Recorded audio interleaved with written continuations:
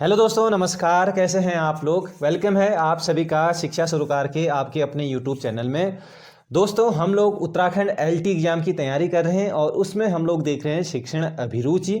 और एलटी का एग्ज़ाम आप सभी को मालूम है कि 10 मार्च को इसका एग्ज़ाम होना है। अभी एग्ज़ाम जो है इसके लिए विज्ञप्ति नहीं आई है, लेकिन हम लोग देख रहे हैं कि जो आयोग है, जो आयोग की जो पूर्व निर्धारित जो भी परीक्षाएं थी वो अपनी तय समय पर हो रही हैं।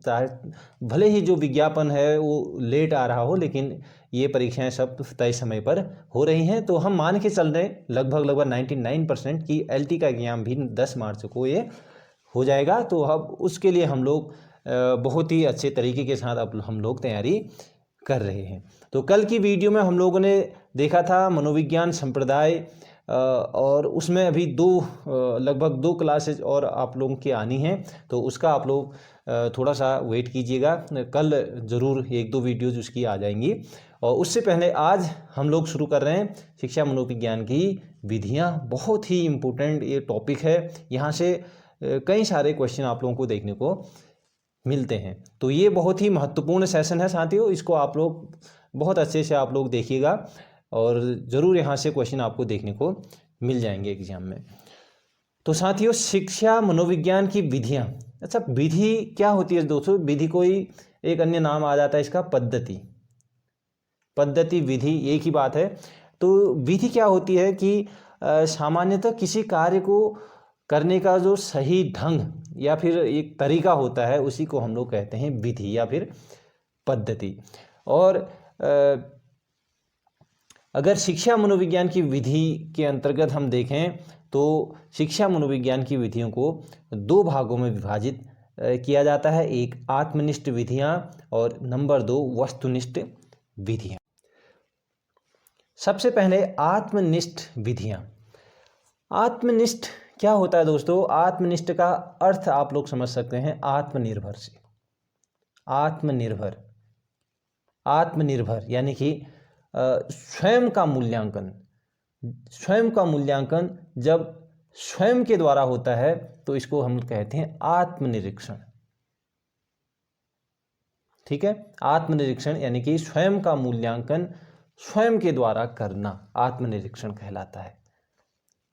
और इसी आत्मनिरीक्षण जो आत्मनिष्ठ है, आत्मनिष्ठ का ही अन्य नाम है अंतदर्शन या अंतःदर्शन भी बोल सकते हो, या अंत निरीक्षण विधि। अंतदर्शन, इसको इंग्लिश में आप लोग कह सकते हो सब्जेक्टिव, और एक अन्य नाम से आप समझ सकते हो व्यक्तिनिष्ठ।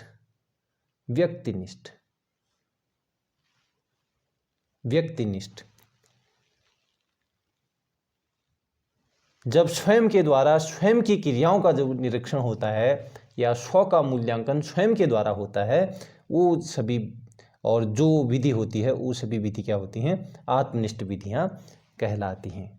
ऐसी विधि जो स्वयं का मूल्यांकन स्वयं के द्वारा करे और ऐसी विधि जो अपनी स्वयं की क्रियाओं का निरीक्षण करे, तो इसको अन्य नाम से जाना जाता है अंतदर्शन या अंतःदर्शन। भी एक ही बात है, अंतःदर्शन या अंतदर्शन।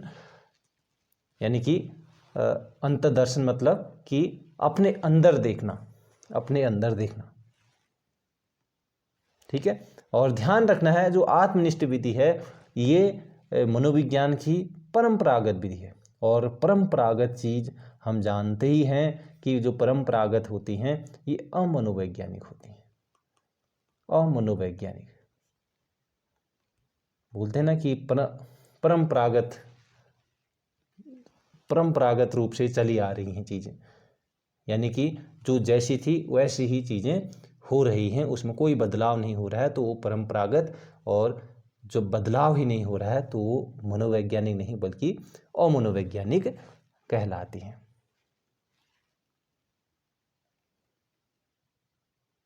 ठीक है, तो इतना आप लोगों को ध्यान रखना है। जो आत्मनिष्ठ विधि है ये आपने कल मैंने बात की थी संरचनावाद की, है ना। संरचनावाद की मैंने बात की थी।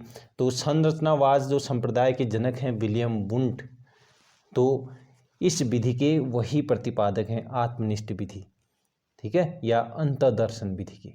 अंतदर्शन भी आ जाता है कहीं कहीं पर, तो आप समझ जाना कि अंतदर्शन आत्मनिष्ठ विधि ही है और इसके जो प्रतिपादक हैं वो संरचनावाद संप्रदाय के जनक विलियम वुंट हैं। ठीक है, और आत्मनिष्ठ विधि के अंतर्गत देखिए एक आत्मनिरीक्षण विधि आती है और एक गाथा वर्णन विधि आती है। ठीक है, एक आत्मनिरीक्षण विधि आती है और एक गाथा वर्णन विधि आती है, ध्यान रखना। देखो आत्मनिष्ठ और वस्तुनिष्ठ में क्या अंतर होता है कि नंबर एक तो आत्मनिष्ठ विधि है ये अमनोवैज्ञानिक है या अवैज्ञानिक है ना। और ये जो आत्मनिष्ठ विधि होती है ये अपने निजी रुचि और विचारों पर आधारित होती है, ये अपने निजी पर आधारित होती है, स्वयं पर आधारित होती है। तभी तो हम इसका अर्थ समझ रहे थे ना कि अंतर्निरीक्षण, अपने अंदर देखना, स्व का मूल्यांकन स्वयं के द्वारा करना, तो ये अपने निजी रुचि और अपने विचारों पर ही ये आधारित होती है। लेकिन जो वस्तुनिष्ठ विधि होती है ये व्यक्तिगत जो विचार होते हैं, जो रुचि होती हैं, जो भावनाएं होती हैं, उससे इसको कोई प्रभाव नहीं पड़ता। ये केवल तथ्यों पर आधारित होती है। व्यक्तिगत आपके विचार कुछ भी हो सकते हैं, भावनाएं कुछ भी हो सकती हैं, लेकिन ये तथ्य पर आधारित होता है। ठीक है, ये चीज ध्यान रखना। तो आत्मनिष्ठ विधियां देख लेते हैं, आत्मनिरीक्षण विधि और गाथा वर्णन विधि इसके अंतर्गत आते हैं। बाकी जो अन्य जो विधियां हैं ये सब वस्तुनिष्ठ विधियों के अंतर्गत आते हैं आपके। ठीक है, वस्तुनिष्ठ विधि।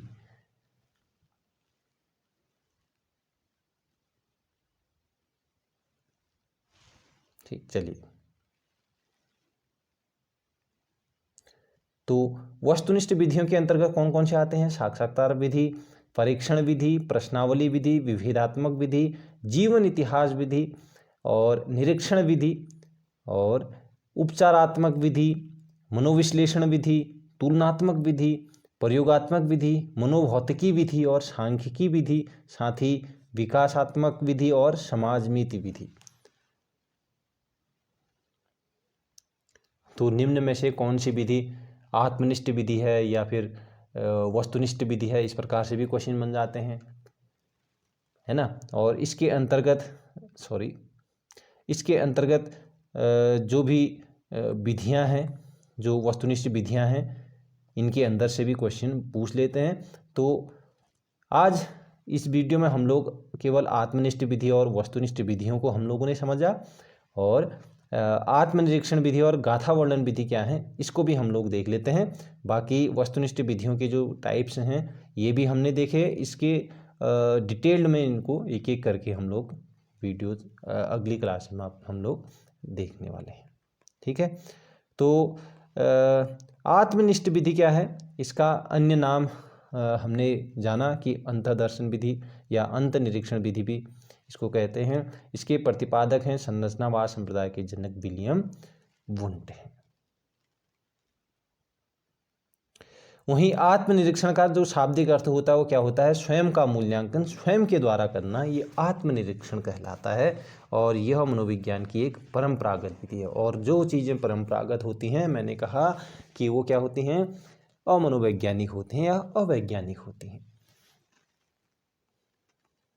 ठीक, और वहीं गाथा वर्णन विधि की अगर हम बात करते हैं तो ये इस विधि द्वारा व्यक्ति पूर्व अनुभव या व्यवहार का लेखा जोखा तैयार करता है। ये क्वेश्चन पूछा जाता है कि इस निम्न में से कौन सी विधि द्वारा व्यक्ति पूर्व अनुभव या व्यवहार का लेखा जोखा तैयार करता है? तो हम कहेंगे गाथा वर्णन विधि। जो उसकी गाथा है, जो कथा है, जो उसने किया है, उसके अकॉर्डिंग ही जो है वो अपना लेखा जोखा तैयार करता है, यानी कि गाथा वर्णन विधि। पूर्व अनुभव या व्यवहार का लेख तैयार करना। गाथा वर्णन का मतलब क्या होता है? पूर्व अनुभव या व्यवहार का लेख तैयार करना। पूरा गाथा, कथा बोलते ना कि गाथा सुना दी इसने पूरी, यही है कि अपने अनुभव और व्यवहार के द्वारा उसने पूरा एक लेख तैयार किया हुआ है। तो ये है गाथा वर्णन विधि। ठीक है, और इसी पूर्व अनुभव और व्यवहार के लेख, पूर्व अनुभव और व्यवहार के द्वारा ही जो है इसके उपयोग के द्वारा ही इसको हम लोग पूरक विधि, इसका जो उपयोग होता है गाथा वर्णन विधि का, वो पूरक विधि के रूप में भी किया जाता है। ठीक है,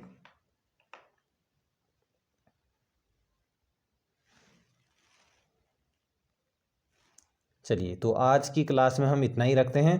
आप लोग समझ चुके होंगे गाथा वर्णन विधि के बारे में और आत्मनिष्ठ या अंतदर्शन विधि के, अंतदर्शन बहिदर्शन सुने होंगे ना आपने, और इसका हम जिक्र पूर्व क्लासेज में भी कर चुके हैं। पहली क्लास बहुत जो पहले हमने क्लासेज ली थी, तो अंतदर्शन और आत्मनिरीक्षण ये क्या है, आत्मनिष्ठ विधि क्या है, और वस्तुनिष्ठ विधियाँ क्या हैं, वस्तुनिष्ठ विधियों के अंतर्गत कौन कौन से आएंगे, और इनको वस्तुनिष्ठ विधियों को डिटेल्ड में हम अगली क्लास में जानेंगे। आज इतना ही रखते हैं, आगे मिलते हैं और एक अच्छी वीडियो के साथ। तब तक आप लोग अपना ख्याल रखिए, तैयारी करते रहिए। हम लोग ऐसी इम्पोर्टेंट क्लासेस बीच बीच में लाते रहेंगे और डेली वाइज कुछ न कुछ आप लोगों के लिए मटेरियल लाते रहेंगे। आप लोग जुड़े रहें। Thank you, take care, bye bye.